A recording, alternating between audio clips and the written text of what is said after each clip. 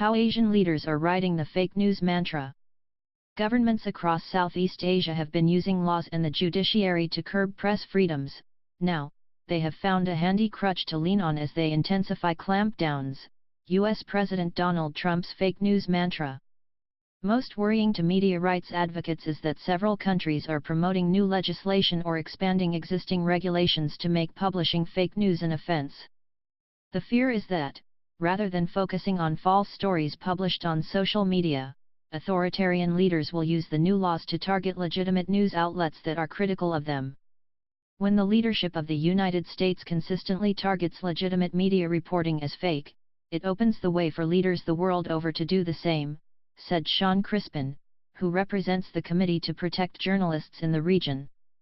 It's a dangerous trend that is giving authoritarian and democratic regimes alike justification for targeting or shutting down reporting they don't like. The term fake news has entered the lexicon of the Association of Southeast Asian Nations, ASEAN, whose leaders commended the work done by their governments in countering its spread, in a statement issued at the end of a November summit. Like everywhere else, Southeast Asia does sometimes have a problem with information on social media that is intentionally false. But there is little sign that the problem has been anywhere as bad as it was, for example, in the run-up to the November 2016 U.S. presidential election. Last week, after the Philippines corporate regulator revoked the operating license of Rappler, a news site whose scrutiny of President Rodrigo Duterte's deadly war on drugs has been a thorn in his side, Duterte told reporters it was a fake news outlet that had been throwing trash and shit all along. Duterte denied influencing the regulator's decision, which was followed by the Justice Minister ordering an investigation into Rappler for possible criminal liability, and the National Bureau of Investigation summoning its CEO to answer a complaint related to cybercrime. John Neri, associate editor and columnist at the Philippine Daily Inquirer, which has also come under attack from the government, said fake news is now glibly used by people who don't like what they hear. Unfortunately for us, those parties include the government of the Philippines. So it is used to intimidate, he said. Anti-fake news legislation, which would impose fines and prison terms of up to 20 years for spreading false information, is under consideration in the Philippines. Philippines presidential spokesman Harry Roque said the legislation was being promoted by two senators, not the Duterte administration.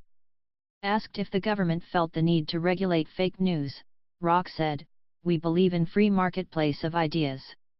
Like poison or a gun." Cambodian Prime Minister Hun Sen regularly accuses critical media outlets of spreading fake news.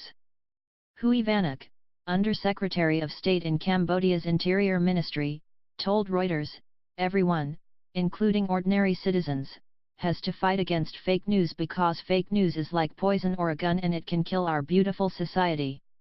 Singapore's Straits Times newspaper this month cited 7 cases of fake news that came up in a parliament discussion. 3 were about other countries and 1 was about an image of halal pork allegedly being sold in supermarkets that went viral in 2007. Law and Home Affairs Minister Kashi Viswanathan Shanmugam told legislators that combating falsehoods is not contrary to the exercise of freedom of speech but, rather, it enables freedom of speech to be meaningfully exercised. A Singapore government spokesperson, asked to comment, referred Reuters to Shanmugam's speech and to a paper presented to Parliament that said the dissemination of deliberate falsehoods attacks the very heart of democracy and, if unchecked, undermines faith in the country and its institutions. In Malaysia, Prime Minister Najib Razak has accused opponents of using the media to spread fake news on a scandal over state fund, One Malaysia Development Berhad, 1MDB. 1MDB is being investigated in at least 6 countries for money laundering and misappropriation of funds, including an alleged $681 million transfer into Najib's personal account. The U.S. Department of Justice filed several lawsuits last year to seize more than $1.7 billion in assets, believed to have been stolen from the sovereign fund that was set up by Najib. The Prime Minister denies any wrongdoing. Najib's government has suspended media and blocked websites that hounded him over 1MDB, and, with elections looming, he recently launched a website to counter fake news. Locking up reporters. Thailand already has a cybersecurity law under which the spread of false information carries a jail sentence of up to 7 years, and the military government strictly enforces lèse-majesté laws that shield the royal family from insult.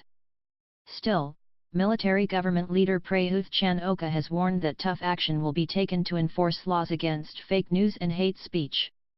Myanmar has assailed foreign news organizations for fake news about a military crackdown in Rakhine state that triggered the exodus of more than 650,000 Rohingya Muslims to Bangladesh. It has jailed at least 29 journalists since Nobel Peace Laureate Aung San Suu Kyi came to power in 2016, including 2 Reuters reporters who had covered the attacks on minorities in Rakhine and are being investigated for alleged breaches of the Official Secrets Act. Philip Boring, a former editor of the news magazine Far Eastern Economic Review, which closed in 2009, said fake news is a convenient phrase for governments that would, in any case, find ways to crimp press freedom. He sees the mantra as just a new gimmick that allows governments to justify their behavior.